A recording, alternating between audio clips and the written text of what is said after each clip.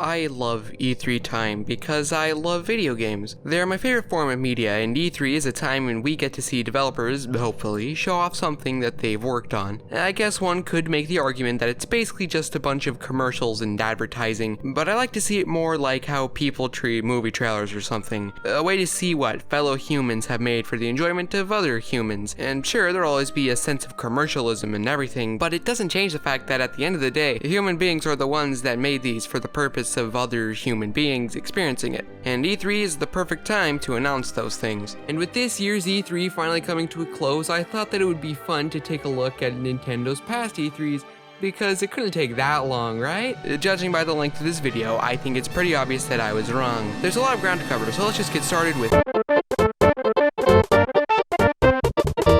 the first ever Nintendo E3 event was pretty bad. First of all, the only audio I could be bothered to find only has audio in the left channel, making actually watching it insufferable. All things is how to continually entertain and excite our... It starts with him talking about how great the industry is and validating his life choices to pursue a career in the gaming industry. Then he mentions a Virtual Boy by name, the greatest Nintendo system ever made. Then he talks about piracy, because if there's one thing that you want to hear at an E3, it's 30 minutes of anti-piracy talk. Honestly, it's so boring I couldn't watch it. I think the N64, then called the Ultra 64, was announced to be in development during the conference, but I was too busy sleeping to notice. Overall, a pretty bland and boring start. This is the best video game ever created, Mr. Miyamoto's masterpiece, Super Mario 64. I mean, if you want to believe that. The only footage from the event that I could find was a little message from Tom Jermaluk about the graphics or whatever, and then the start of a demo of Super Mario 64. Hearing him talk about how open the game is and how different it is from any other Mario game, along with how everyone at the event laughs when Mario starts running in a circle, and just hearing about how good the game looked and how luscious it was or whatever, it really reminds you just how revolutionary the game actually was. That's literally all of the recorded content I could find on the actual conference. The only two big things they brought to the event were Super Mario 64 and Piloting 64. And even then, the N64 and Mario were revealed prior to E3, so seeing them in action was neat, I suppose, but not exactly great. Overall, it was decent.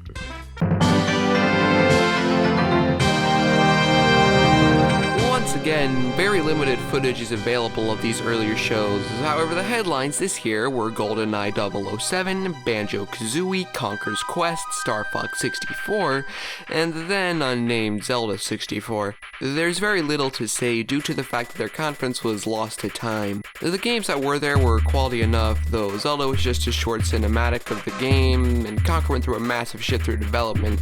It was still fine, but there wasn't really anything they showed off that stood out. This is definitely the E3 that I have the least to say on so far because there's nothing to talk about.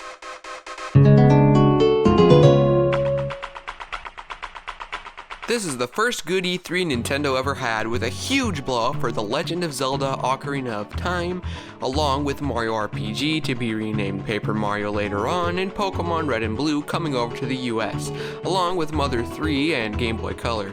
Overall, pretty good E3 that I unfortunately don't have much else to say on since, again, hard to find actual footage of the event. Donkey Kong.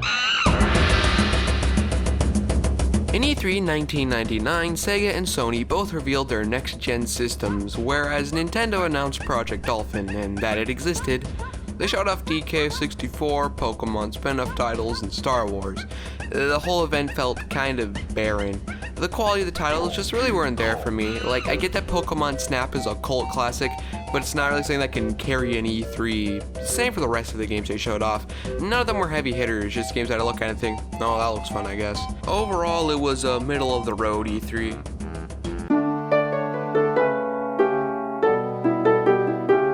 One thing that's always bugged me about this one specific conference was that they saved the GameCube reveal for a Space World later that year, making for an ultimately weaker showing. The big game here was The Legend of Zelda Majora's Mask, which automatically bumps up the rating by a good 2 points. They also showed off Mario Tennis, Conker's Bad Fur Day, which had a bar, enough said, Resident Evil 0, which moved from N64 to the GameCube, Banjo-Tooie, along with Pokemon Gold and Silver. Not a bad showing, and anything Zelda already knocks the points up, but overall it's about on par with their 1999 showing, just with Zelda.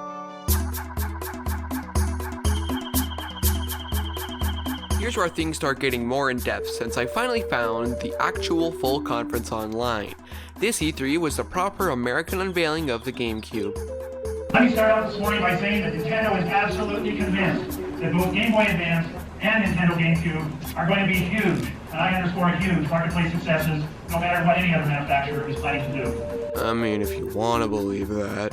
They start talking about the Nintendo difference, which is innovation, an absolute fetish for quality, his words not mine, owning famous characters, no I'm not joking, and a heritage of smash hit proprietary game development, which my primitive ape mind cannot even comprehend the meaning of. Then they talk about the consumers and how great they are and how well they will do this generation. Then Iwata comes on stage and starts talking about the GameCube and how other companies are in it for themselves and how Nintendo is in it for the consumer. Then Mega Game comes on screen and everyone laughs. He says the companies put millions into the game and if it sells well, they will make a sequel, starting a never-ending chain, and how they copy the design of the original release. He then talks about industry trends like a focus on graphics, which hasn't changed in the past 20 years, sequels, which hasn't changed in the past 20 years, and a lot of games being multi-platform, which hasn't changed in the past 20 years. This is followed by the lessons that the consumer learned: mistrust, boredom, and consoles becoming commodities, and then he says that people don't need video games to exist, which is the best thing I've ever heard a video game company CEO say. Then he goes over the Nintendo difference again and talks more in depth about it. Then Miyamoto comes on stage with a GameCube and controller in hand. Maybe we'll actually get to see some games this year. Yo, is that Bill Trinan? Finally, after 20 minutes, we get to see a game, and it's Super Smash Bros. Melee. While I think the game is kind of overrated nowadays, it's still a cool announcement, and it's also pretty cool that it's the first GameCube game announced. Then they show off the next Mario game, Luigi's Mansion. It's really cool seeing this much different looking build of the game. This transitions from the game to the GameCube controller. Retroactively, it's really interesting to hear them explain the controller and how it works. Miyamoto and Trinan exit, and the original presenter guy, whose name I don't feel like looking up, comes back on stage and says to look forward to Space World. Then Iwata talks about the specs and how hard it can be to develop 3D games. There's a little video about what it's like to make games for the consoles, and they show off a glimpse of the new at the time 3D Metroid game, and some others, I guess. It's not 3D Metroid though, let's be real here. Finally, we get a look at another game, Pikmin, in a pretty cool little trailer. This is followed up with a gameplay demo and the promise of more games in development. Then they go over launch dates, then he says something about Game Boy Advance and leaves the stage. Original presenter finishes the conference with a quick recap of everything other than the games, promises better launch titles for any Nintendo system ever, and how it'll be the gamer's choice of system. A trailer for upcoming project plays, ending the presentation. So, 3 games that were given a title and a small glimpse at other things. Honestly, it kinda dragged and it was a little too slow for my liking. However, on the show floor, there were a couple of other cool games to play. There was Star Wars Rogue Squadron 2, which is the best game to show off the power of the GameCube, New Wave Race, and obviously the 3 games they showed off during the presentation. Overall, it was a fine showing, but it wasn't quite as bombastic as the E3 entering the next generation should have been.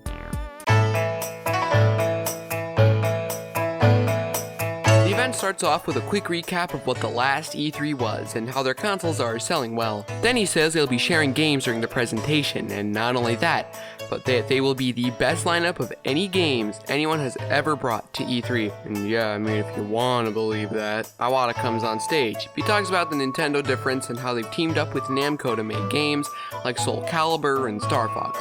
He talks about the Nintendo Triforce, that console that everyone knows about. He talks about how they're expanding development studios to deliver more high-quality titles. So far in the show, they're really hyping the event up without showing a single game. The first title they show off is Metroid Prime in order to help appease the older demographic, which is quite the opener. Then he says it'll take more than one game to do this, and the next 2 games shown off are Resident Evil Remake and Eternal Darkness. While not as exciting as Metroid, the 2 games are quality enough and do enough to carry the momentum so far. Next, there's some GBA sales talk, and titles are shown off like Metroid Fusion, Game & Watch Gallery 4, A Link to the Past, and Phantasy Star Online is announced to be coming to GameCube. Iwata then says that Animal Crossing will be released in September. More online talk, the first guy comes back and reiterates that their lineup is god tier before we get another game trailer, this one being for Star Fox Adventures. Sure is destined for greatness, alright. To be fair, it doesn't look as boring as it actually is in the trailer, so that's something, at least. He then disrespects Wario before showing a trailer for a few GameCube titles, specifically Mario Party 4, Disney's Magical Mirror starring Mickey Mouse, because only the greatest titles get shown up at this E3, and Wario World. This is followed up immediately with a trailer of Super Mario Sunshine. Miyamoto walks on stage and delivers a live demo of the game, and similar to 634 all the way back in 1996, it's pretty cool to hear the people's reaction to all of the new moves. After this, they show off the new Legend of Zelda game for GameCube. The reaction is not what one would expect, considering literally every single Wind Waker video on the platform that wasn't made by me.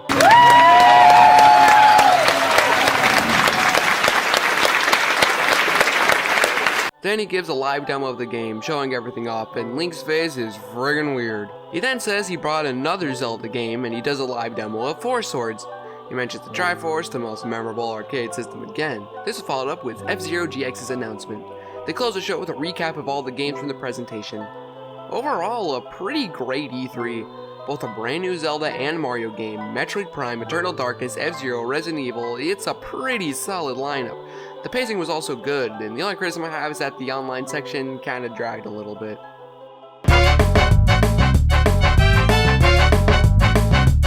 The event starts with George Harrison coming on stage. He says that they have a great show planned and then says that the show will update everyone on their business stuff, share their perspective on the industry, as if they hadn't been doing that for the past 2 years at that point, and finally share some products, followed up with a Q&A. He speaks about how there's good news for Nintendo. As per usual, there's some very enthralling sales talk. Then he says that they will always remain true to the characters and that they strive to make every game different. Then he mentions the core concept of Mario Kart Double Dash before the trailer even plays, which is kinda lame. It would have been a lot cooler if he just said, "Hey, a new Mario Kart is on the way, check it out."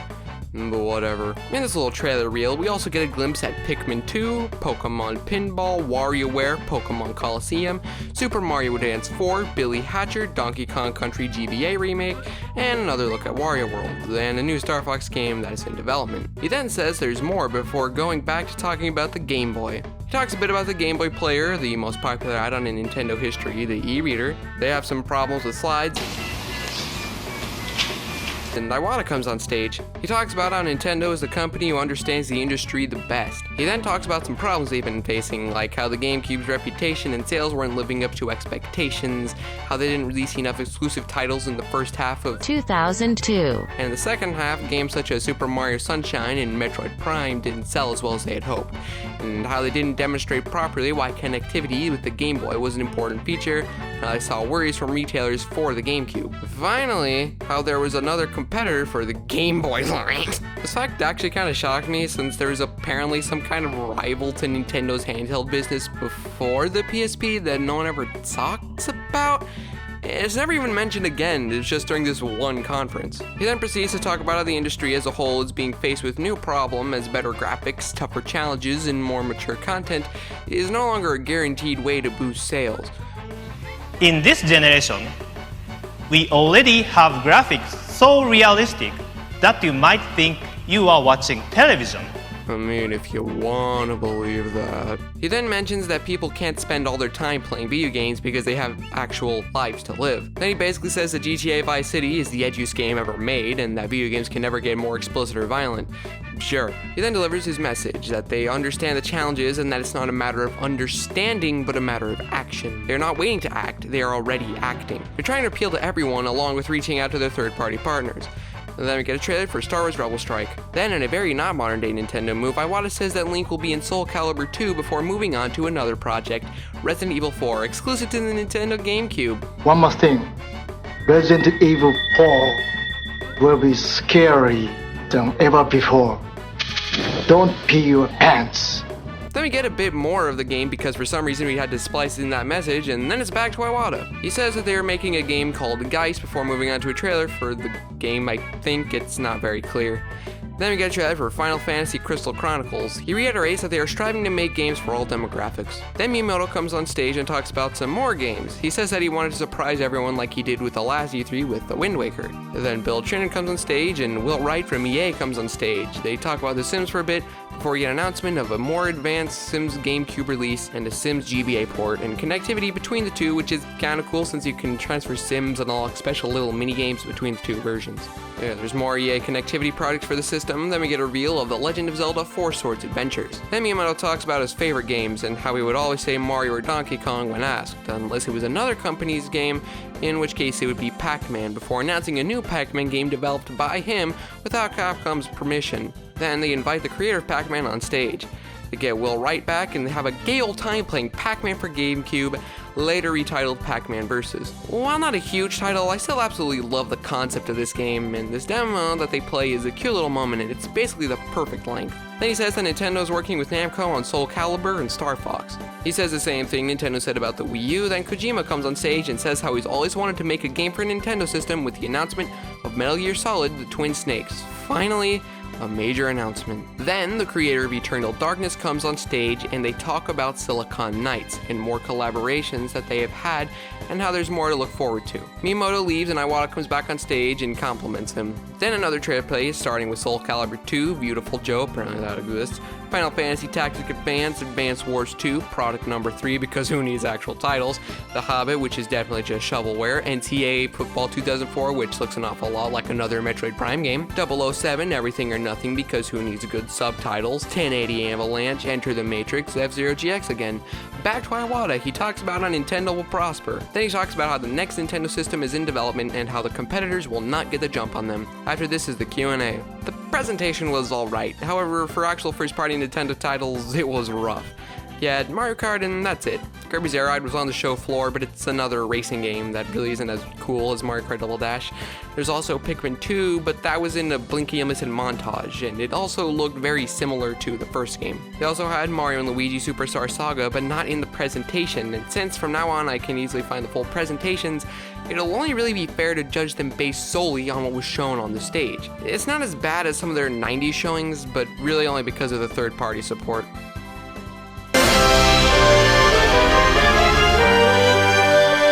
First of all, Reggie. Second of all, the event starts with a montage of games that quite frankly isn't very enjoyable to watch, and then the magical moment of Reggie's first E3. He gives a quick slogan and then a trailer for Metroid Prime 2 echoes. This is followed up with the new Star Fox title and Resident Evil 4. Already off to a banging start, just game after game. Reggie then gets some things straight. First, part of his job is making sure us game experts get to have fun, and that they want to expand what they're doing and they aren't running the company for elite members of the hardcore crowd.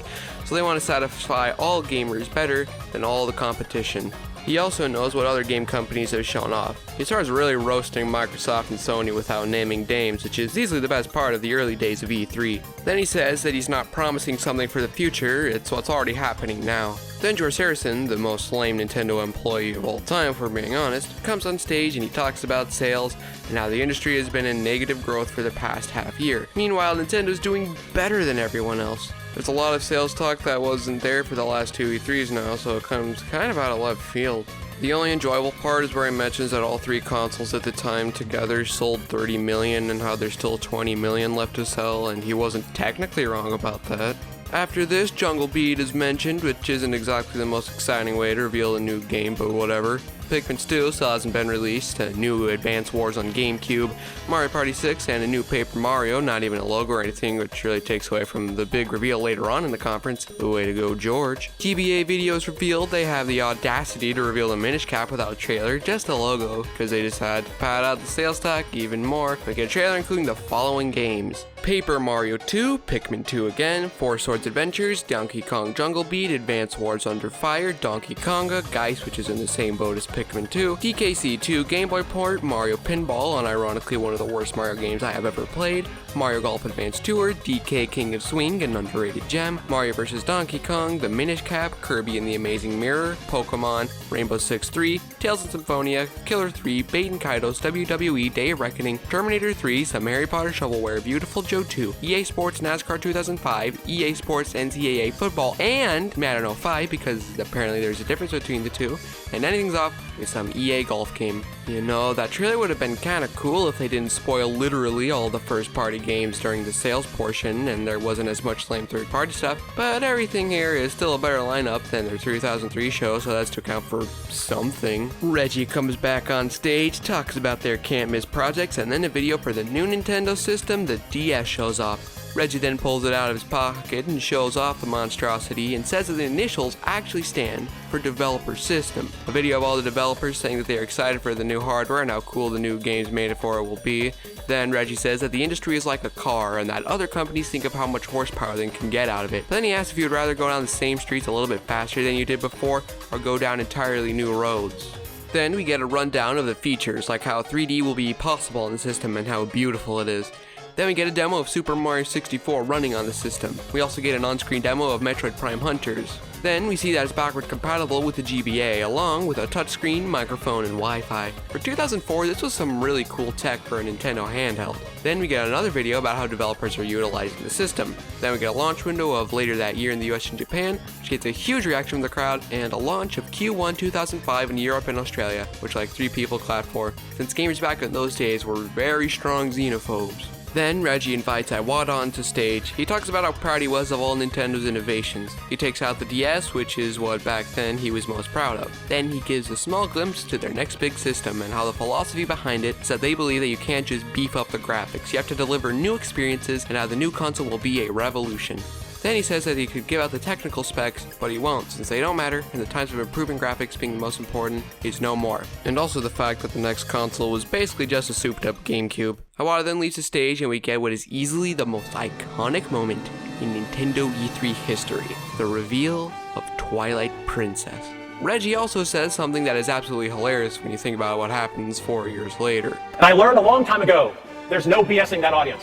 They want great product and they want great value. They want cutting edge and they want legendary. They want the best of the past and they demand what's absolutely right now. Overall, I don't really get why this is seen as one of the best E3s in Nintendo history. Sure, it had a great finale, but most of it was spent on sales talk, which boringly spoil all the major games, and they spent a lot of time on the DS. This event was definitely more about systems and games, and I think that it overall hurt the show. Luckily, that ending reveal knocked it up a few points, otherwise this would have been the second year in a row with a bad showing, arguably even worse in 2003, from a pacing perspective.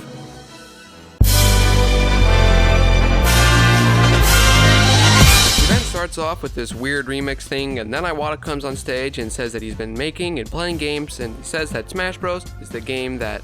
And then he says something funny about Reggie, and then he asks him a question. Who's your daddy? I don't even want to know what that insinuates. Then we get a trailer for the upcoming and past GameCube titles, and Reggie comes on stage and hypes up what they're going to talk about during the show, like more DS titles, meaningful info on the Revolution, and some news on the new Zelda game. Then he talks about how everyone else is talking about numbers, like 360, 16:9, 1080, 8.2 gigahertz, and how they're adding the number 2 billion, which Nintendo calls a great beginning, and also they prioritize the right halves of their brain. He also mentioned something about the words or along with and how they are an and company and how they keep changing the game. There's talk about how Nintendo is a content company. I know what some of you are thinking.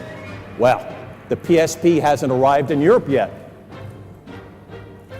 So we got there when we said we would, and they didn't. You know what? That's Sony's issue, not my problem. I miss when companies talk smack like this. Then we get some more of that classic E3 sales talk before we're forced to use the far right portion of our brains to experience a new game/application for the DS, Electroplankton, the first game at the event. Finally we get a game trailer. Just kidding, it's just David Hollins. Instead of showing how the game works, we just get a guy playing with it. Then we get some online play talk. Then we get some Wi-Fi confirmation for Mario Kart DS and Animal Crossing DS. Then he talks a bit about Nintendogs, which was oddly loved by Japanese people, and they give a live gameplay demo of the game. The start of the conference promised so much, and so far I've only had boring DS stuff. Miyamoto comes on stage and he has a very cringy interaction with the other person on screen, and it makes me want to die. Then he takes out a Game Boy Micro, which got a huge reaction out of the audience given what it actually is. Then we get a look at some games, and they're all either stuff we've seen before or lame ports and smaller projects. We just cannot get a break this show. At this point in the conference, the only hope is that the Revolution and Zelda stuff delivers, because it has been really rough so far. Iwata is back on stage, finally here to talk about their next system. Pulling it out behind his back, he talks about how small it is and how the orientation of the console doesn't matter. He then turns it on and talks about colors and what colors the people there and their readers want to see, and I'm reminded that this was never supposed to be seen by public eyes. Then he confirms backwards compatibility, an attachment that you can use to play movies, 500 megabytes of onboard memory, and SD card support, and some anti-piracy measures. He also says that he will not be sharing the specs and how when you turn it on you'll say,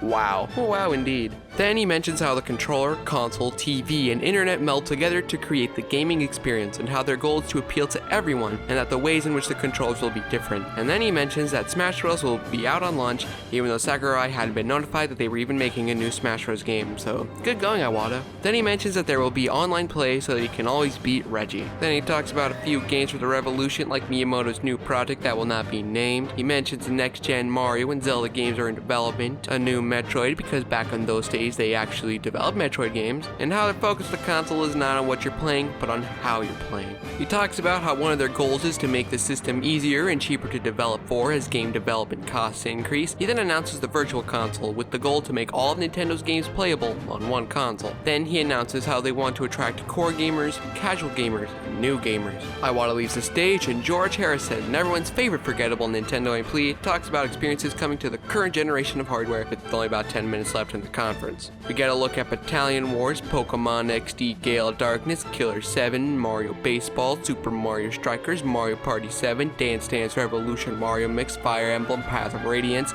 Guys, because it still hasn't been released yet, Batman Begins and Charlie and the Chocolate Factory because those games are really big E3 games that everyone cares about. Donkey Konga 2, Hulk Ultimate Destruction, DreamWorks Madagascar, Madden 06, One Piece, Scooby-Doo Unmasked, Spartan Total War, WWE Day of Reckoning 2, Nintendo Pennant Chase Baseball, Midway Arcade Treasures 3, The Harvest Moon, Another Wonderful Life, Shadow the Hedgehog,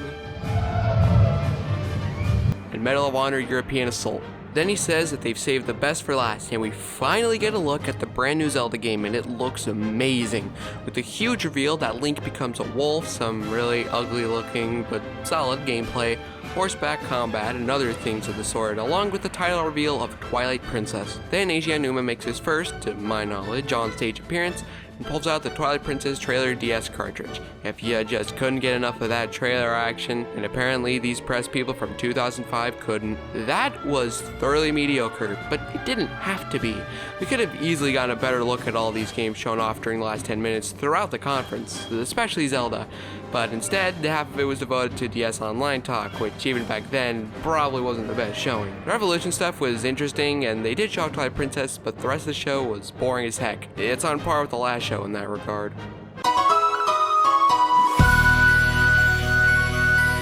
The Wii has a stupid title, but there are worse names for Nintendo systems. The name itself likely would have overshadowed literally everything they talked about during the conference, so it was a good move on their part to announce the title months before E3 so that people's aneurysm would happen long before the event. It starts with Miyamoto walking on stage and conducting with the Wii remote, slightly offbeat and everything. It's not as cringy as a certain later conference though. I don't even know what to say to this. He leaves the stage and then Reggie comes on stage and says that Nintendo isn't showing what's next. They're showing what's new and how they're focusing on everyone and that it isn't just about seeing anymore and that playing is believing.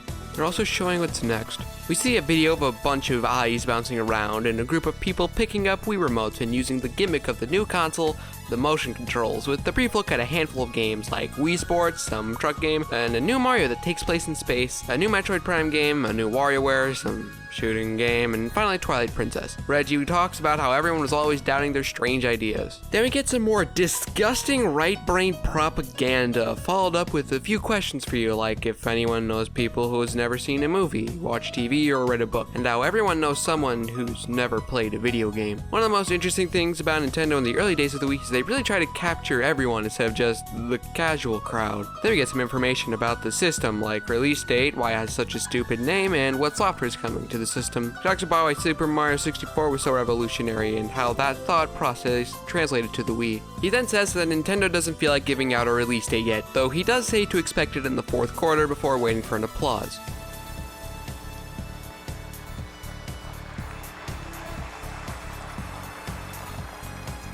Okay. That was the cringiest moment so far, but it'll get worse pretty soon. Then we get a trailer for upcoming Wii titles, specifically Metroid Prime 3 Corruption, which was already shown on the earlier trailer, Dragon Ball Sparking 2, Dragon Quest Swords, Disaster Day of Crisis, Fire Emblem, SpongeBob SquarePants, Breacher from the Krusty Carb, no I'm not joking, Cars, Super Mario Galaxy, which was already shown in the earlier trailer, SD Gundam G-Breaker, Tony Hawk Downhill Jam, Son Goku Action, Necronasia, Excite Truck, which was already shown in the earlier trailer, Elbits, Red Steel, Rayman 4, Super Swing Golf, Pangaea, Sonic Wildfire, later named Secret Rings, Project Hammer, Furlong Revolution, One Piece Unlimited Adventure, Madden, Final Fantasy Crystal Chronicles, The Crystal Bearers, and the 3-second clip of Twilight Princess. Reggie announces that Twilight Princess will be the first ever Zelda game available on launch day, which is the first big announcement of the conference, and it only took 18 minutes. Then they give us the world premiere of Twilight Princess running on Wii. Of course, everything gets squished down to fit into a 4x3 screen for the online version of the conference.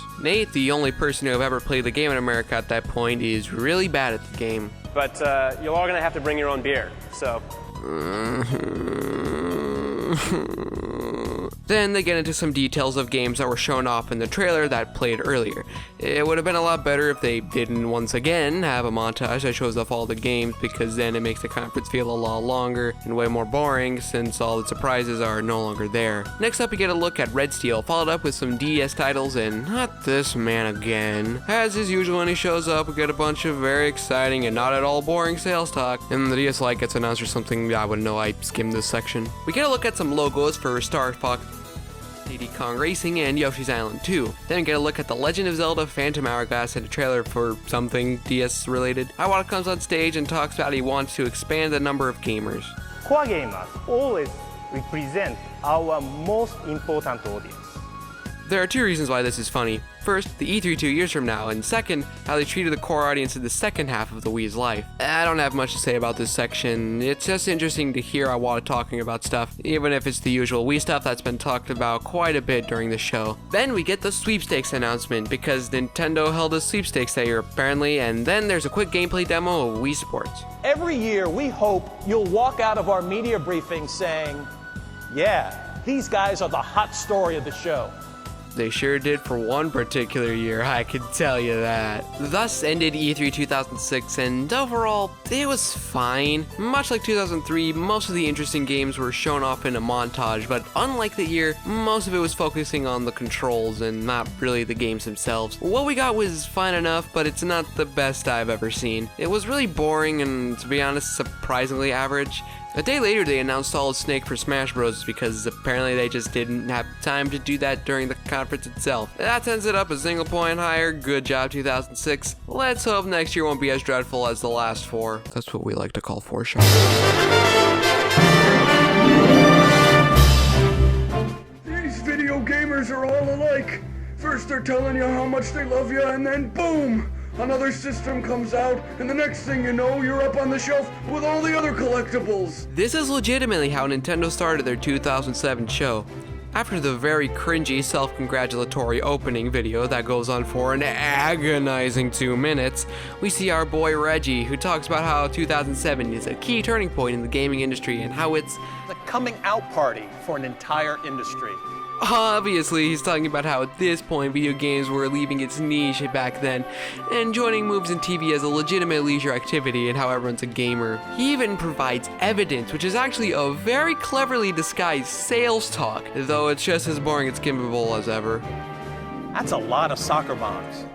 After flexing on how amazing the Wii is for 15 minutes, we get this trailer here, and I'm once again reminded of the anomaly of their 2002 show, which was mostly just games compared to the rest before and after at this point. Then we get introduced to the Wii Zapper, a glorious piece of plastic. Then he announces Resident Evil The Umbrella Chronicles, also known as, wait, that game exists? They show off a few more Zapper games and the announcement that the plastic will retail for $20. We get a look at Soul Calibur Legends and WWE SmackDown vs. Raw, a Ninja Gaiden DS game, Dragon Quest Swords, Mario and Sonic at the Olympic Games, and that Super Smash Bros. Brawl will not launch in 2008, but rather December 3rd, 2007. Sure. Then we get the third of these videos followed up with a gameplay demo of Phantom Hourglass and Metroid Prime 3. Then another dang video plays, this one focusing on the online of the systems. We get a WiiWare announcement, Check Me Out channel, and Mario Strikers Charge, FIFA 08, Dragon Quest Monsters Joker, Guitar Hero 3 Legends, and the announcement of Mario Kart Wii. Finally something substantial. We also get the announcement of the Wii Wheel, which Reggie clearly expects some applause for, and I can't say that I blame him considering that the announcement of the Wii Mother Flippin' Zapper got some people to clap, but I guess all pieces of plastic can't be as hype, I guess.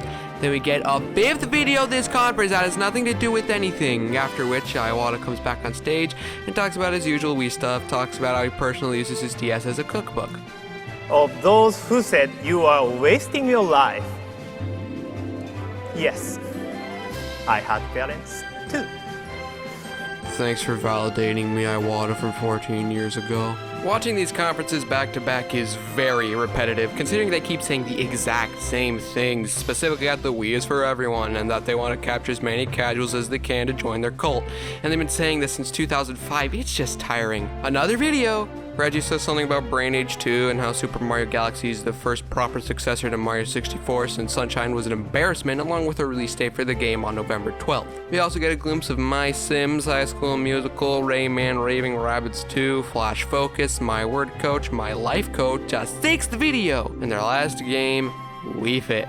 Miyamoto comes up and explains he didn't want to show off the exciting new Mario game, the cool new Zelda game, or the announced Mario Kart game, but rather he wanted to show off Wii Fit, the most exciting ending for any E3 event, for now at least. We get a look at the Wii balance board and My body is ready. They give a gameplay demo of one of the mini games, and just like that, the conference is over. And it was pretty bad. The biggest announcement was Mario Kart Wii. There was very little else to the event. It was boring, and most of the time it felt like they were just flexing on how successful the Wii was. But it only gets worse from here. Here we are, the most infamous, boring, tone-deaf Nintendo E3 of all time. An hour of misery and boredom, a show made for an audience that would never watch it. This is the dictionary definition of agony, and I'm gonna go through the whole conference beat by beat, like I did with the rest of them. We start with a good old-fashioned, pointless video that has nothing to do with anything before this creature walks on stage. Listen, I'm sure Cammy's a wonderful person, but when I come to E3, I expect to see some games or something, not some mother telling her whole life story. As my son Davis said in my Mother's Day card this year, Mom, I love you more than anything. And not just because you bring me all the video games. Now, how could that not put a smile on my face? Here I am at Whistler this winter, trying out snowboarding. And I thought that made me a really cool mom. At least until the last run of the day, when through some absolutely freak occurrence, certainly nothing to do with my lack of coordination, the fates pushed me right off my board, and I landed with full body weight right on my left wrist. Short story, the ground won, my wrist lost. Please stop. We get a look at the first game, Shaun White snowboarding. This guy's laugh hurts me. Did they have to show our feet close up? The audience applause makes no sense and has some serious Bethesda 2019 vibes. Oh, it's done. Well, we still have 53 minutes left. Oh, joy. Iwata comes on stage and talks about E3 2003 and how that period of Nintendo was not enjoyable, but 5 years later, things changed for the better. Little did he know that in 4 years, the Wii U would launch. He talks about changing the paradigm like more evergreen titles. He also says that a new Mario and Zelda are in development. Then we get a look at the new Animal Crossing title, Animal Crossing City Folk. It only took 18 minutes to get to the highlight of the show, at least the unironically enjoyable portion of the show. Finally, Reggie comes on stage. He says that they are pleased and then talks about sales, as per usual. Then we get a look at Star Wars The Clone Wars shovelware, Rayman Raving Rabbids TV Party shovelware, and Call of Duty World at War, the worst way to play that game. I'm not kidding when I say that these were their big games this year. Next, we get demographic statistics with a look at Guitar Hero on tour and Spore Creatures for DS. Chinatown Wars gets announced. No trailer or anything, just the logo. Next, she talks about the DS becoming a smartphone of the time. Reggie then announces that Wii Motion Plus and expects an applause. Wii Motion Plus. That causes me physical pain to listen to. Wii Sports Resort is then announced and we get a gameplay demo. Then he says that there will be one more announcement, one that will put a smile on everyone's faces, a game that will be out that holiday. The lights dim, smoke appears on stage, and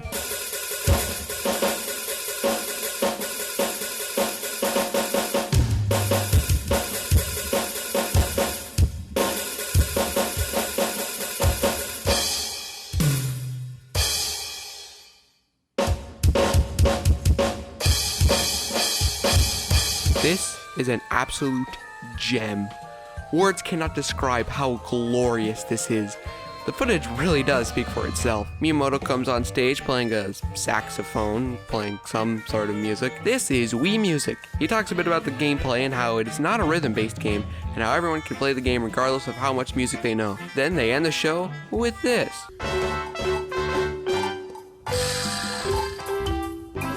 So it's pretty safe to say that this E3 event was bad. The entire event was dreadfully boring. There was only one single worthwhile game announced. There was so much cringe throughout the entire event. It was so poorly paced. And they didn't even talk about Wario Land Shake It, which was coming out just a couple of months after the show. The event was complete garbage, and there has never been an event quite as bad since this point.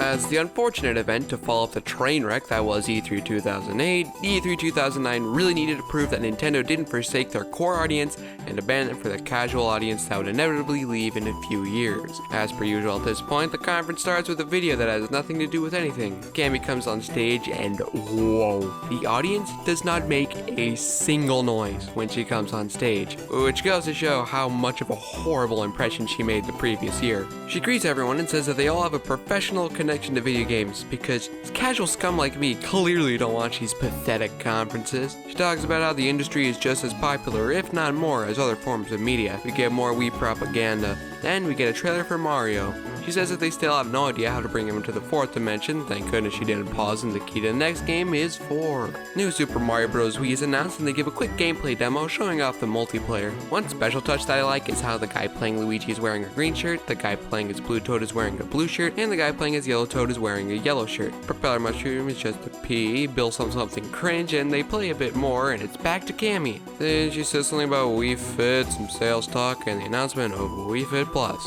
We don't talk about this. Another pointless trailer, and Reggie comes back on stage. He talks about interfaces and once again mentions the Wii Motion Plus. Bill comes back on stage and he talks about Wii Motion Plus and gives a gameplay demo. Reggie talks more about Wii Motion Plus games. This new dimension in physical reality will have you muttering all the same bad words you do in real life. But don't most people do that already without the enhanced precision of Wii Motion Plus? Anyway, there's a trailer for Final Fantasy, The Crystal Bearers, and a trailer for Kingdom Hearts 358 and a half days. Bowser, that long-time bad guy, really does suck. And I mean that in a good way.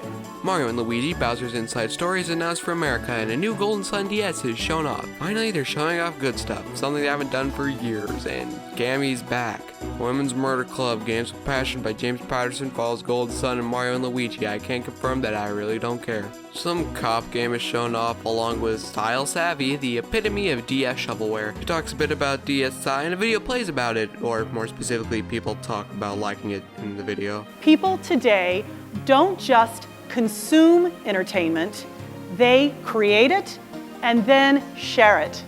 Sometimes with their friends and sometimes with the general public. If only Nintendo back then allowed people to do that without joining their stupid creators program. Flipnote Studio is announced. She talks a bit about Mario vs. Donkey Kong, Minis March Again, WarioWare DIY, sharing DSi photos on Facebook, and that Spirit Tracks will be playable on the show floor. Iwata then comes on stage and says the same stuff he's been saying the past few E3s. He then announces the Wii Vitality sensor, which was never seen again. Cammy's already back on stage. Then we get a trailer for Super Mario Galaxy 2 with some really bad sounding MIDI music. Reggie's back, gives a quick recap of the event, and he gives a look at 3 third-party games exclusive to Wii: Conduit, Resident Evil, The Dark Side Chronicles, and Dead Space Extraction. Ending the conference is the announcement of Metroid Other M.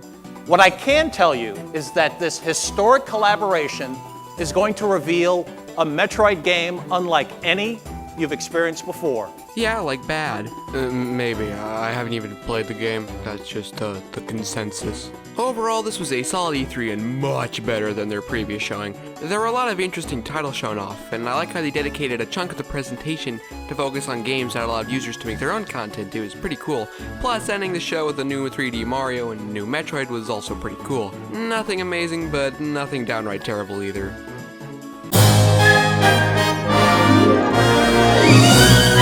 The event starts with Reggie talking about technology and experiences before showing the first glimpse of the brand new Zelda at the time, Skyward Sword, a strong start to the conference. I think this game will be remembered as a key turning point in Zelda's long history. Funny considering how steep in the series traditions it ended up being, along with the next game after being Breath of the Wild. Ah yes, the infamous Skyward Sword demo. If the controls worked properly, this would have gone down as one of the greatest openings to any of Nintendo's E3. But as it is, it's pretty cringe. Reggie comes back on stage, talks about a bunch of sports games for some reason, and then a trailer for Mario Sports Mix plays, which is not the most exciting thing to follow up the brand new Zelda. And then there's a bunch of boring sales talk preceding Wii Party. While I think that Wii Party is one of the most underrated Wii games, it doesn't quite feel like a major E3 announcement, especially, again, compared to Zelda. Then we get a trailer for Just Dance, because that's what gamers everywhere go to E3 for. Then a trailer for Golden Sun Dark Dawn plays, which is a good change of pace after the casual stuff. This is followed up with the trailer for GoldenEye 007 with a pretty smooth transition from Reggie. This is followed up with them showing off Epic Mickey, which is kinda cool, but I don't think that it warranted a gameplay demo like Skyward Sword did. Then they show off Kirby's Epic Yarn, followed up with Dragon Quest IX and how it will suck you into the game so hard that you'll have no job, friends, family, and you'll end up homeless. Thankfully they didn't show any gameplay or even any trailers. Then they show off Metroid Other M in a what must have been hype at the time trailer. Then they show off Donkey Kong Country Returns, which was such a cool announcement since there hadn't been a proper DK platformer since the N64 days. This was followed up by the announcement of the 3DS.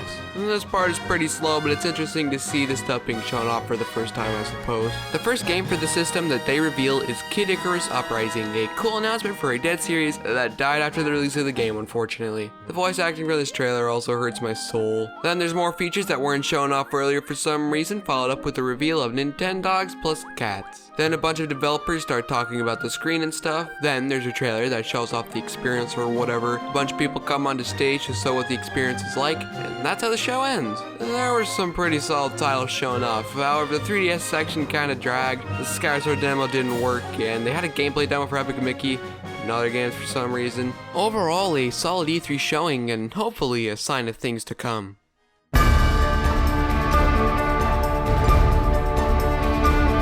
The event starts with an orchestra playing some Zelda music, which obviously sounds great, although for some reason they play Twilight Princess's Hyrule Field theme when showing footage of Ocarina of Time. Miyamoto walks on stage with the Master Sword theme playing, which is kind of funny if I'm being honest. Beltran walks on stage to translate him, and he says that the last song played during the orchestra was the main theme of Skyward Sword before talking about the music of the series, and we get to listen to some more Zelda themes, which I will not complain about. He says they will be bringing Zelda games to each of their Nintendo systems. Link's Awakening is announced to be the first 3DS eShop title. He says that it was the entry in the series with the most unbridled creativity, I mean, if you want to believe that. They mentioned Ocarina of Time 3D releasing later that weekend, and they mentioned some of the changes with this version of the game. They also announced 4 Swords for the DSi shop to be released that September, and that'll be a free to download title.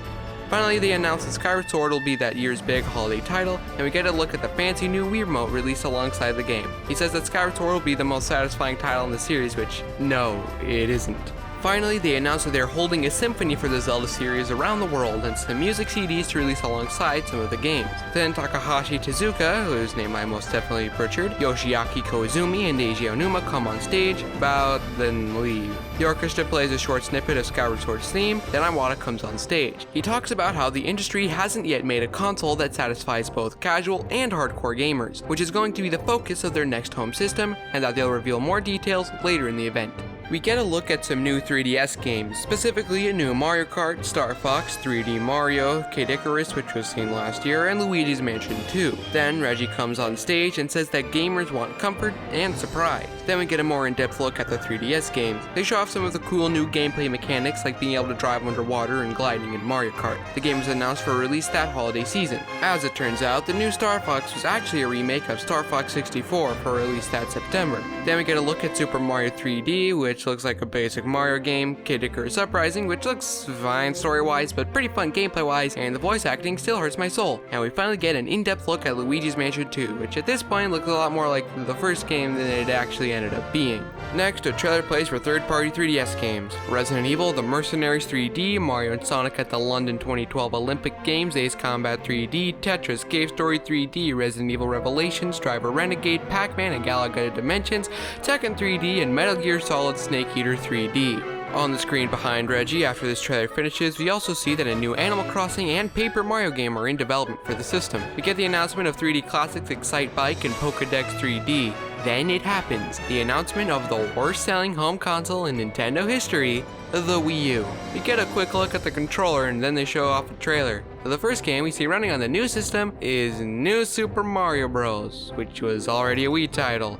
Good job on that, Nintendo. The problem with this announcement was that it focused way too much on the controller and not enough on the console itself. It also only showed off games that looked like Wii games. It made sense to focus on the Wii's controller since A, we already knew that that console was coming and new and it had a different name compared to the GameCube, and B, the innovations that the Wii Remote offered were immediately clear, whereas the Wii U's really wasn't. They did show off a cool looking Zelda tech demo though, so that's kinda cool I guess.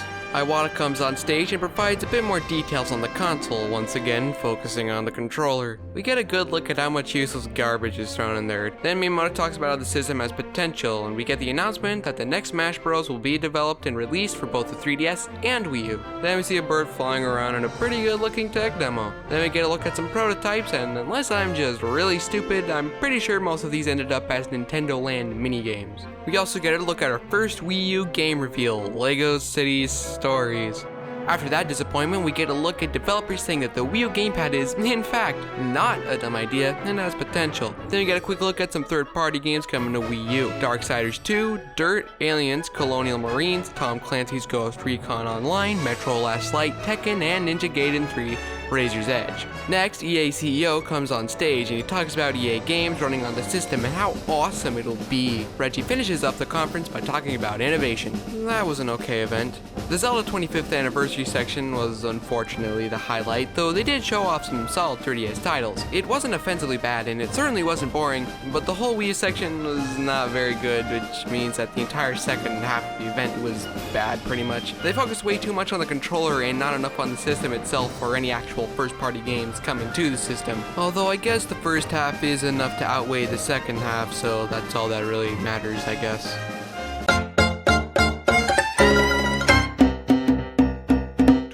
Was the last year Nintendo had a live press conference before switching to an all-digital format the next year. The event starts with a video of Miyamoto in his dressing room, and the Pikmin spreading throughout the room is really adorable. He walks on stage and says that he wants to talk about Pikmin. Bill comes on stage to translate. He mentions that it has already been 6 years since the launch of the Wii, and that the next system couldn't be dependent on the television, so they decided to add another screen that you could use off of the TV. He shows off the game tablet and announces Pikmin 3, and he talks about how the Wii U solves the camera problems from the original game with its higher resolution. And he also introduces new Pikmin types like the Rock Pikmin. He also shows off how the gamepad shows the map, the ability to control multiple leaders, and a new challenge mode. He pulls a Pikmin plush out of his shirt pocket and exits the stage. Then Reggie comes on stage and I feel just like a purple Pikmin.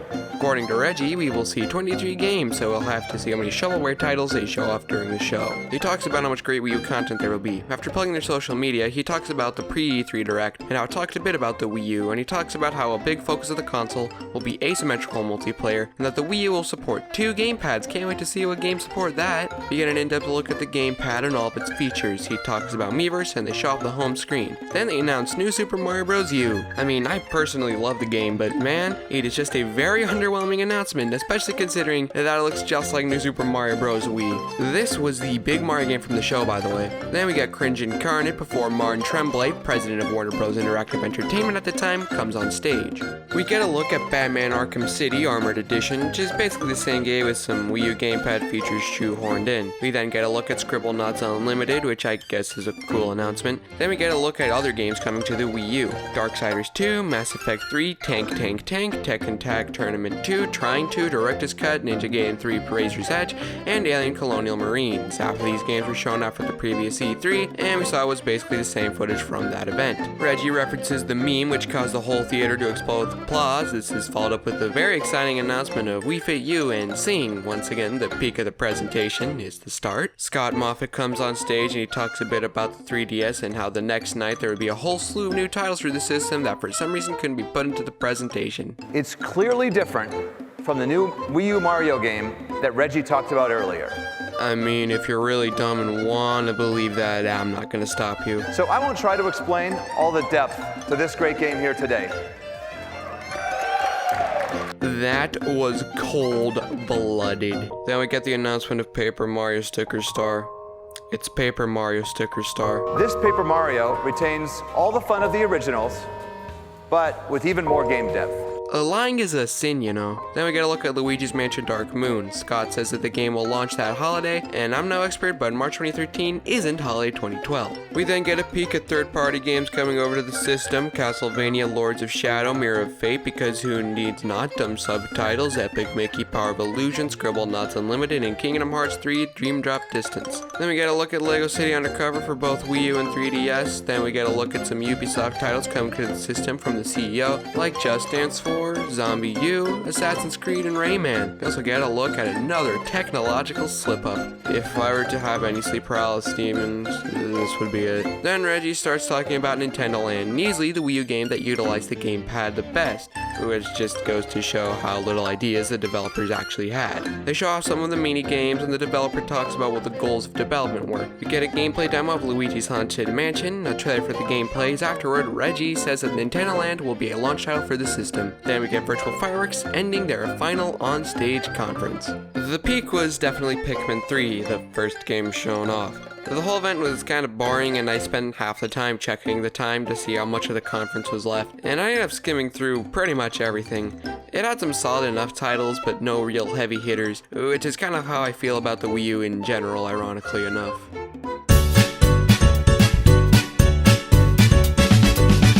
2013 marked a new generation of Nintendo E3 presentations. Being in an all-digital format meant that they could better control things like pacing, minimize cringe, and also ensure that everything worked perfectly before showing it off to the world. The event starts with Iwata welcoming everyone, and we get a look at the first game of the presentation, Pokemon X and Y. I'm not really the biggest fan of Pokemon, so this announcement doesn't really do much for me personally, but it's fine suppose, and a pretty decent way to open the event. The games are set to release on October 12th.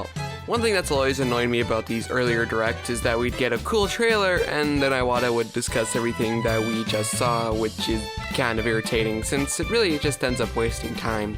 The next game we get a look at is Super Mario 3D World, which in this trailer looks like just another Mario game. And not only that, but it's a sequel to 3D Land, so I can definitely see why so many people were disappointed or annoyed with the game when it was first announced. Next, we get a look at the brand new Mario Kart game, Mario Kart 8, which is announced to launch spring 2014. The game looks pretty good, if a bit similar to 7 here. Then we get a look at Wii Party U, which looks okay, much better than Mario Party 10, that's for sure. Apparently the game along with Wii Fit U had to be delayed, which kind of baffles me, since how on earth could they be facing that much development problems with Wii Party U? Iwata then talks about how Nintendo has seen high quality drawings on Miiverse and how they wanted to give people more competent drawing tools, so he announces a new art academy, which I think is pretty cool. Then we get a look at third party releases like Assassin's Creed 4 Black Flag, Batman Arkham Origins Blackgate for the 3DS, Deus Ex Human Revolution Director's Cut, Disney Infinity, Just Dance 2014, Rayman Legends, Scribblenauts Unlimited DC for Wii U and 3DS, Disney's Planes, Shin Megami Tensei 4, Skylanders Swap Force for Wii U and 3DS, Tom Clancy's Splinter Cell Blacklist, which I always forget exists, Sonic Lost World for Wii U and 3DS, and Watch Dogs. Iwata says that Nintendo is focused on expanding their digital offerings, and then we get a look at some eShop releases that I really don't feel like listing, but the notable ones to me are DuckTales Remasters and Shovel Knight. Then we get a look at The Legend of Zelda The Wind Waker HD along with a release date of October.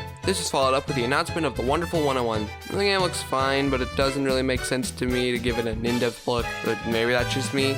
The game gets a release date of September 15th. Then we get the announcement of a brand new Donkey Kong Country game, Tropical Freeze.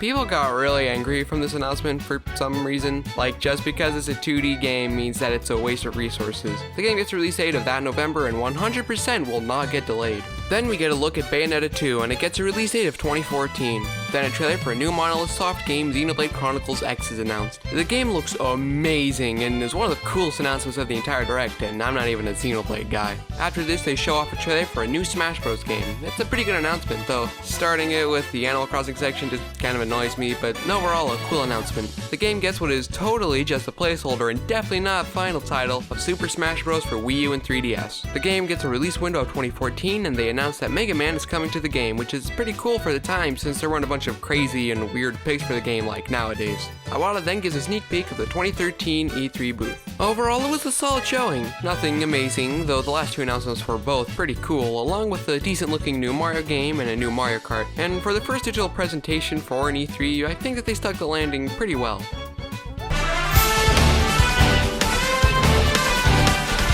The event starts with Reggie coming on stage and we get a pretty cringy animation, but it's well animated, so that's a plus, I guess. Then Iwata and Reggie stand menacingly in the dark before attacking each other, which transitions into Super Smash Bros. Sakurai comes on to talk about the game, announcing Mii fighters joining the roster.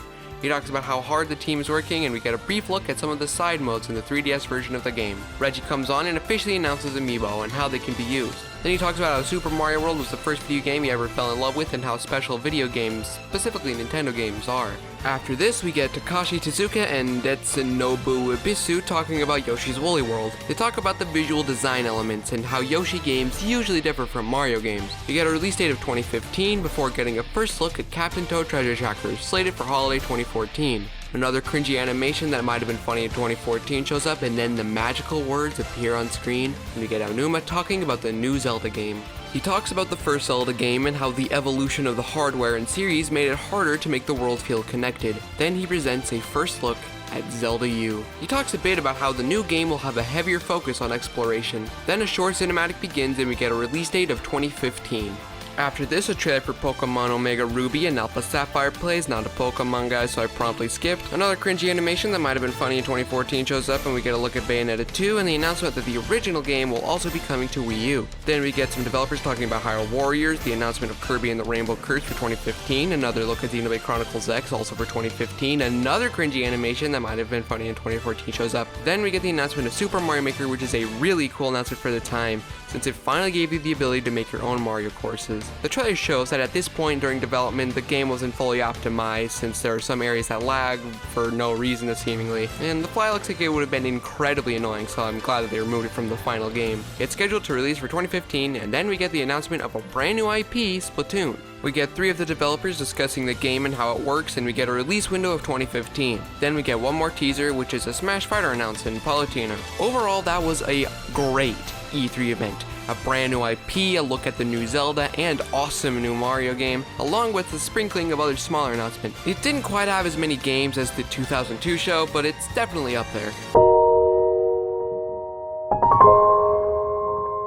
This event is really sad in retrospect, since it was the last E3 Iwata attended before his death just 1 month later. The event starts with a puppet show thing, and it's pretty charming and nowhere near as cringy as the previous year's animations. I like the transition from the end of the skit to the first game they show off, Star Fox Zero, announced for 2015, which in this trailer looks like bland Star Fox. Not terrible, but kinda disappointing. After that, Reggie comes on and says that the theme this year is transformation, also known as we needed an excuse to be a disappointment. Then we get a look at Skylanders that can switch over to being amiibo, kinda cool I guess. We get another look at Super Mario Maker, followed up with a trailer for The Legend of Zelda Triforce Heroes. We get a look at some multiplayer and the ability to change costumes. The game is slated to release that fall. Then the director and Aonuma talk about the game along with the announcement of a 3DS version of Hyrule Warriors Legends. Then we get a look at Metroid Prime Federation Forge, which is a fine game, but it's a definite slap in the face to Metroid fans. With its chibi art style and focus on multiplayer in a series where the strongest aspect that most consider being the isolation, this was pretty tone deaf. If it wasn't a Metroid game, then I guarantee that people would be more willing to give it a chance. This is followed up with the announcement of Fire Emblem Fates, slated for 2016. Get some lame-looking anime games slated for 2016. The third year in a row that we've seen Xenoblade Chronicles X, at least we finally get a release day. We get a trailer for Animal Crossing Happy Home Designer with a release that September. Then we see a Wii U gamepad, an Animal Crossing amiibo placed onto it, and it's not a new HD Animal Crossing game, but rather some lame-looking party game. What's worse is that the game ended up being worse than the trailer made it seem. Also, the official video from Nintendo freezes at the end of the trailer, which is pretty cringe, bro. Then we get another look at Yoshi's Woolly World. We get a wholesome story of someone who made a yarn Yoshi, and when she brought it to work, Nintendo said that the amiibo should be yarn, which makes me feel warm inside. Next is the trailer for Yokai Watch. From the outside looking in, it just looks like a Pokemon ripoff. I'm probably wrong, but it's just what it looks like. Next is a trailer for the new Mario & Luigi game, Paper Jam. Also, it's my least favorite Mario & Luigi game. It's a lot better than the Paper Mario got for the system. This is followed up with a look at the new Mario Tennis game, Ultra Smash, which looks boring in the trailer, and the game itself is even even more boring, which is the next in a very disturbing pattern. The game is slated for that holiday. Then we get Miyamoto and Tezuka talking about Mario Maker, and we get a bit of behind the scenes info. These old sketches they show off are the new highlight of the show. How sad is that? Reggie then closes the show, and man, what a disappointing event. The puppet skits and the old Mario Bros sketches were the highlight of the show. There were a lot of underwhelming announcements, annoying announcements, and games that have been shown off for a few years now. Worst of all, this was the last E3 with Iwata, which really stings.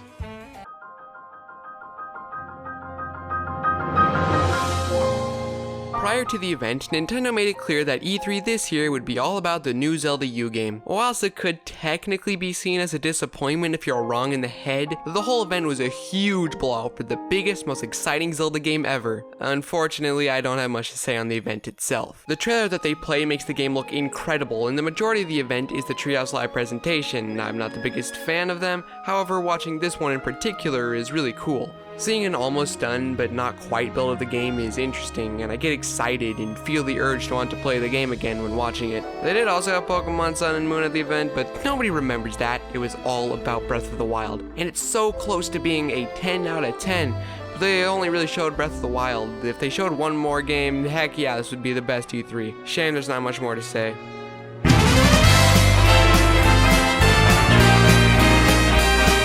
With a Switch trailer for upcoming Switch titles like ARMS, Pokken Tournament DX, and Rocket League. Reggie comes on and says the games are both fun and battles, a test you pass or quest you fail, and a journey. Basically, it's just filling time. This transitions to a trailer for Xenoblade Chronicles 2, which is a bit too generic anime for my liking, but it still looks fine. Next up, the brand new Kirby for Switch, which looks like another Kirby game, which Star Allies most certainly was. The game gets a 2018 release date, and then Shinya Takahashi comes on screen and talks about how relieved he was that the Switch was doing so well. Then Ishihara shows up and announces the next gen of Pokemon games are in development for Nintendo Switch. Then some space shows and Metroid Prime 4 is announced to be in development before switching over to showing off the new Yoshi game slated for 2018. Watching this trailer, you think that surely they have some creative ideas for flipping the stage around, but no, they don't. Next, we get a trailer for Fire Emblem Warriors. I have never played a Fire Emblem game, and I don't particularly enjoy Musa games, so I double don't care about this game. Anuma talks briefly about how Skyrim will feature items from Breath of the Wild in the Switch version of the game. This is followed up with a look at the DLC for Breath of the Wild. We get a look at Trial of the Sword, which is the only fun gauntlet kind of challenge I've ever had in the series. Hero's Path, if you really wanted to see how you traverse through the map 3 months later. New Armor, Master Mode, which is kind of unforgiving and really challenging, and something that I'm okay with being DLC since it doesn't really feel like something that would have been in the base game anyway. Then we get a small look at the Champion's Ballad, and by that I mean cast standing by one of the Divine Beasts and a bunch of cutscenes from the game. Anuma then announces that the 4 champions will be amiibo. Then we see Reggie on the beach. He talks about Nintendo's E3 booth, the Splatoon 2 Invitationals, the Pokken Invitationals, and the ARMS Invitationals. We get a look at Mario Rabbids Kingdom Battle, and while it was shown off in the Ubisoft conference, I feel like it was shown off a lot better here. Then we get the reveal of Rocket League on Switch. Again. Then we get a trailer for what everyone thought was Monster Hunter, but it was actually Super Mario Odyssey. Easily the highlight of the whole spotlight, if I'm being honest. Watching the trailer makes me want to grab my Switch and start a whole other playthrough because of how good it is. Back when it was new, it made me happy because we're finally getting a Mario game with interesting ideas and brimming with creativity instead of something that was fun but generally unremarkable. Overall, this was a great E3 event. We got confirmation of a new Metroid Prime, the first mainline Pokemon games to be made for a home console, a look at Breath of the Wild DLC, showing off how awesome Super Mario Odyssey will be, and some decently strong third-party support. Sure, we knew about a lot of this stuff, but it doesn't take away from the event overall. First 10 out of 10 they ever had.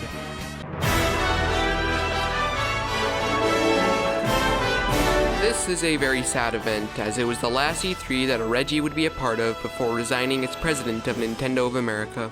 The Direct starts off with a trailer for that one game nobody cares about. Next, a trailer for Xenoblade Chronicles 2, Torn of the Golden Country, coming that September plays, and just like all JRPGs and Nintendo Directs, it long outstays its welcome. Reggie comes on screen and talks about their vision for the Nintendo Switch and stuff. He talks about how they showed off Let's Go Pikachu and Eevee a while ago, which is mildly infuriating since why are you bringing it up again? Reggie then shows off the Pokeball plush, the worst Switch controller ever made.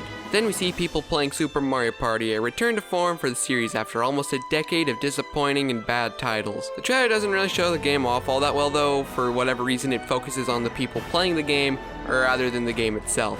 which gets release date of October 5th. Then we get the classic JRPG section in Nintendo Direct for Fire Emblem Three Houses, which gets a release window of spring 2019. Fortnite gets a stealth drop, Reggie talks about indie games, and we get a look at Overcooked 2, Killer Queen Black, and Hollow Knight, which gets a stealth drop. At least I care about one of these games. He says that a demo for Octopath Traveler is coming soon, and we're back to more trailers.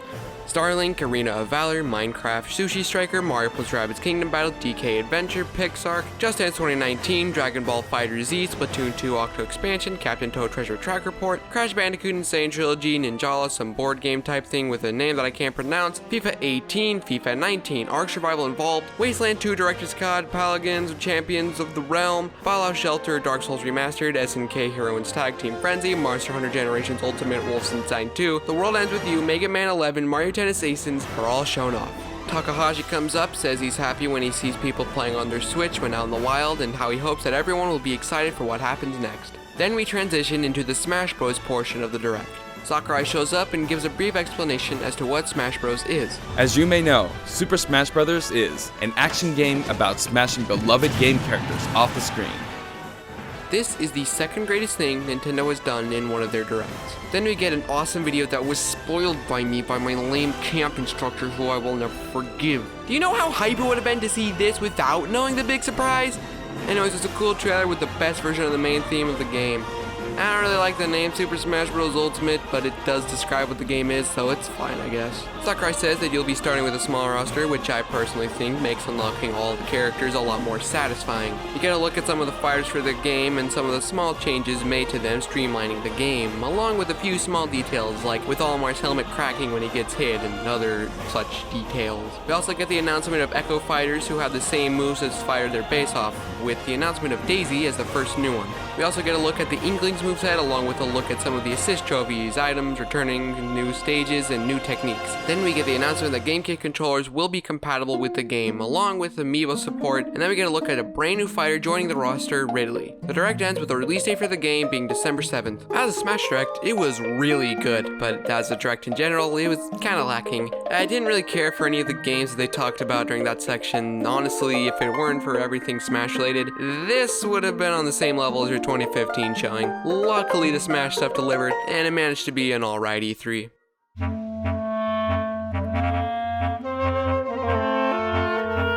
Here we are, at long last. The most recent E3 event until tomorrow, where this statement will become incorrect. Let's finally end this. The Direct starts with a Smash Fighter reveal, Hero from Dragon Quest. If I cared about Dragon Quest, this would probably have been a cool reveal. But I'm not, so I don't care. This transitions into a trailer for Dragon Quest XI Echoes of an Elusive Age Definitive Edition. Yoshiaki Koizumi comes on screen and this happens. There's been a bit of a mix-up. You're not the right Bowser. Sorry, but I'm the right Bowser for this presentation. This is the greatest thing Nintendo has ever done in one of their directs. Doug Bowser's first E3, and he does an alright job here I guess, but he's not as iconic as Reggie, so I hate him. We get a look at Luigi's Mansion 3, with a look at the story, the gameplay mechanics like slamming ghosts onto the floor and into each other, the suction shot, the burst, and Gooigi. Scare Scraper mode is also shown off. The game also looks absolutely gorgeous here. There's so much detail everywhere, and the lighting is superb. They're really starting out strong. Then we get a look at the Dark Crystal Age Resistance Tactics. I like the show, and I think that's really well made, especially the puppet work, but this game looks like trash, and I don't think that it's the best way to follow up Luigi's Mansion. We swiftly move over to a look at Link's Awakening Remake for Switch. They show off a bunch of cool things, like a dungeon remixer that looks more exciting and in-depth than it does in the final game. So far, it's keeping up its momentum, but then we see Square Enix on screen, which means that it's time for a stupid JRPG, this one being Trials of Mana. It's pretty cool that it was localized over here in the West, even though I don't really care for it, and at least it doesn't take up several minutes of the Direct. We also get a stealth drop for Collection of Mana, these games also being officially localized for the first time. Then we get one of the coolest announcements of the whole Direct, The Witcher 3 on Switch. It looks absolutely repulsive, but it's still really impressive that they managed to actually get this game running on a Nintendo Switch. Then we get a trailer for Fire Emblem Three Houses that releases 1 month later, and there's hardly any actual gameplay during the Direct. You can watch some during the Treehouse Live event, but I don't watch those, and I can assume that there are plenty of others who also don't. Koizumi's back, and we get a trailer for something Resident Evil. The two people here are playing Resident Evil Remake or something, and we get the announcement of 5 and 6 for the system. I don't know why they would show the two people playing the game, but whatever. Also, who gets excited that 6 is coming over? It's Resident Evil 6. Then we get a trailer for No More Heroes 3. I have never played any of the No More Heroes games and I have no desire to play them, but this is still a really cool announcement and kicks the momentum back into the event. Then we get a trailer for Contra Rogue Corps, which sucks the momentum out of the event all over again because this game looks like absolute garbage. And at least a Contra Anniversary Collection is announced to make up for it. Then we get a trailer for that game nobody cares about, and if I hadn't watched the 2018 Direct, I would have legitimately thought it was announced during this one due to how unmemorable it is.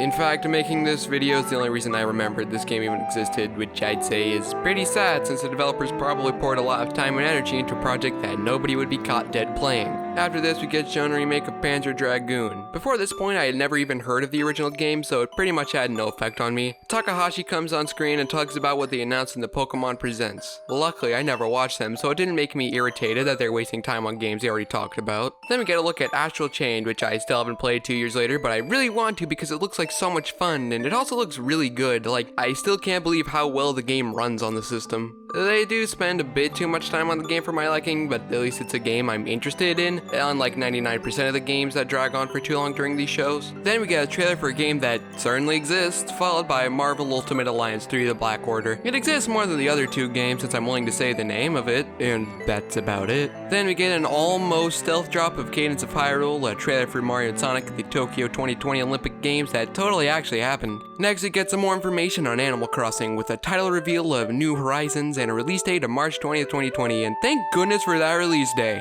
We get a look at a few of the new features along with the main idea of being on an island and essentially building your own town. Then we get a highlight reel featuring the following games: Spyro Reignited Trilogy, Hollow Knight Silksong, Ni no Kuni Wrath of the White Witch, Minecraft Dungeons, Elder Scroll Blades, My Friend Pedro, Doom Eternal, The Sinking City, Wolfenstein Youngblood, 5, which has a really dumb logo since I can't actually tell what the name of the game is, Alien Isolation, Final Fantasy, The Crystal Chronicles Remake, Dragon Quest Builders 2, Stranger Things 3 the Game, Just Dance 2020, Catan, Super Lucky's Tale, Dauntless, and Super Mario Maker 2. Before you have time to process what you just saw, another trailer plays. This one being for new Smash fighter Banjo-Kazooie, the best fighter announcement of any Smash game ever. What do you want me to say? It's Banjo-Kazooie in Smash. Takahashi comes back on stage and ends the conference, but not before a trailer for the sequel to The Legend of Zelda Breath of the Wild plays. It's incredible. Overall, that was easily the best E3 Nintendo has ever had. We got great first-party titles, really good third-party support, surprising reveals, and only 3 games in total that I would say felt like the quality wasn't up to the rest of the games. The pacing was great for the most part. There's not much else to say. It's simply amazing.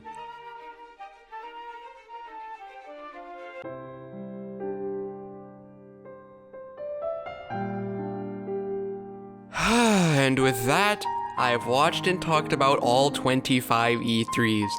What I learned from this long and arduous process is that it is really easy to waste 20 hours focusing on Nintendo's past E3s. And that doesn't even factor in editing time. To make that time feel a little more valid, I figured I might as well rank all these events from worst to best.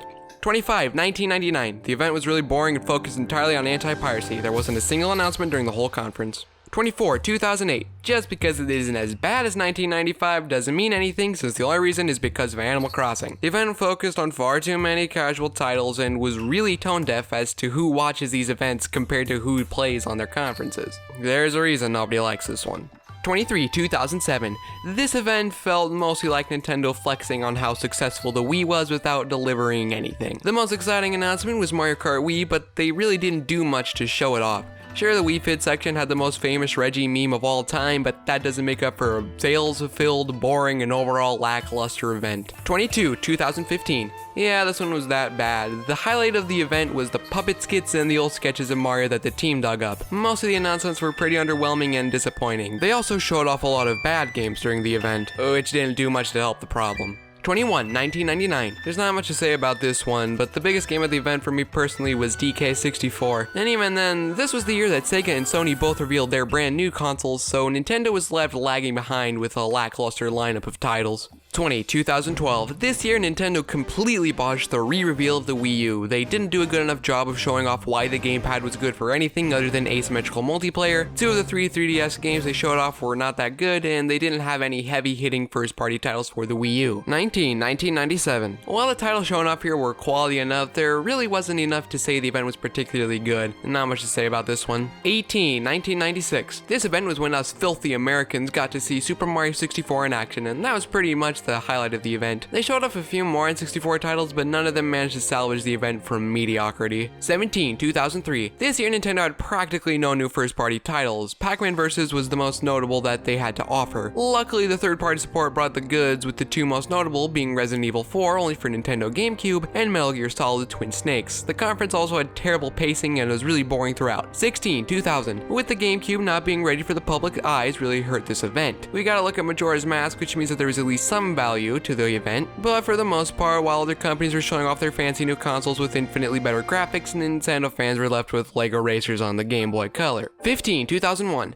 As the E3 entering into the next generation of Nintendo games, it really wasn't as exciting as it should have been, and while the argument could be made that none of Nintendo's conferences have ever done that, it really hurt this one in particular since they were super behind everyone else when they were showing off their hardware. They showed off some titles that were quality enough, but there wasn't a real focus on them or the console itself. What could have been a great event turned out to be a meh one.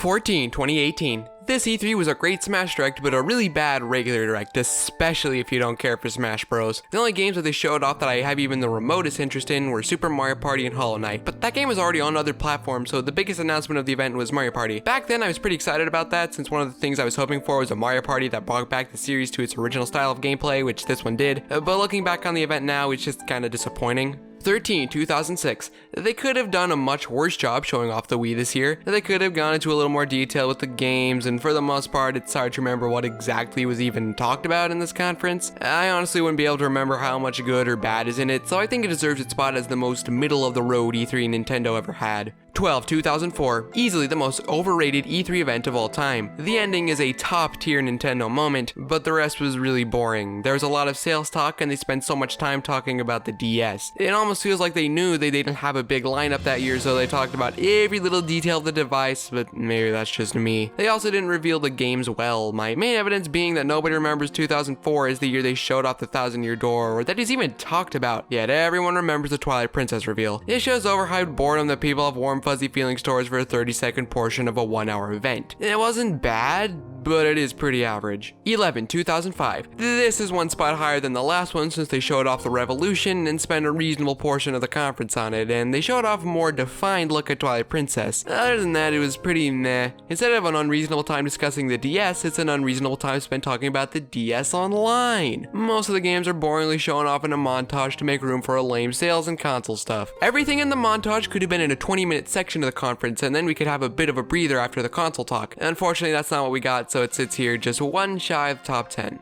Number 10, 2009. So, as it turns out, there are only 10 okay to good E3 events that Nintendo has had in my opinion, and 2009 is one of those 10. I really liked how there was a chunk of the conference centered on creation tools, plus the lineup was solid. Not one of the best, but enough to make up for the last one. The highlights being Metroid Other M, Mario Galaxy 2, and Mario & Luigi Bowser's Inside Story. The pacing also wasn't nearly as bad as a lot of their other conferences from this period. Number 9, 2011. And aside from the botched Wii U reveal, this was a solid event. The Zelda 25th stuff was all really good, they had a solid lineup of 3DS games, and they tried with the Wii U at least, so that's to count for something. Not much else to say about this event. Number 8, 1998. Once again, very little to say. This was just a great event, being a huge blow for Ocarina of Time, which is kind of a theme of good events for me, blowouts of Zelda games. Not much else to say, just really good. Number 7, 2013. The first digital E3 was pretty good. The lineup, while not amazing, was also pretty good. The pacing was great, and overall it was just a pleasant viewing experience. It was also the reveal of a new Smash game, so that definitely bumps it up a notch. Number 6, 2010.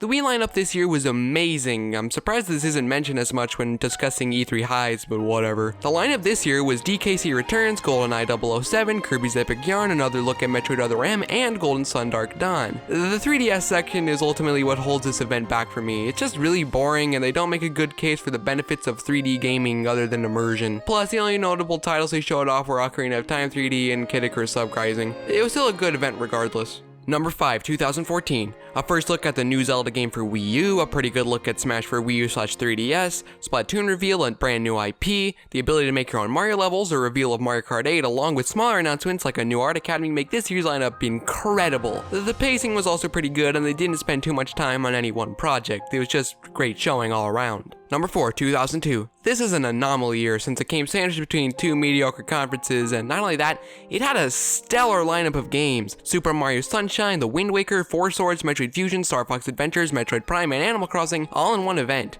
Plus, the pacing was shockingly good here, other than the online section. Like, I'm surprised at how amazing it is. Number 3, 2016. This year was one big blowout for Breath of the Wild and not much else. I was disappointed back in 2016 since back then I was the definition of a heathen since I didn't care about the Zelda games back then. Looking back on it now, however, it was an absolutely incredible event. Being able to finally see what the game was all about after years of speculation and waiting. I don't have much else to say, it's just a really good event that could have been even better if it had at least one other big announcement outside of Breath of the Wild. Number 2, 2017. This event was 25 minutes of games. The lineup was pretty good. We got the announcement of a new Metroid Prime, mainline console Pokemon games, a look at how awesome Mario Odyssey would really be, along with Breath of the Wild DLC, Rocket League, and really good pacing. It's no wonder why everyone remembers this E3 as one of Nintendo's best. And finally, number 1, 2019. Easily the best E3 presentation Nintendo's held. While it didn't have the first party lineup of 2002 or 2017, it more than made up for that in pacing, third-party support, and a bunch of solid reveals. It also had more stuff I was interested in compared to 2017,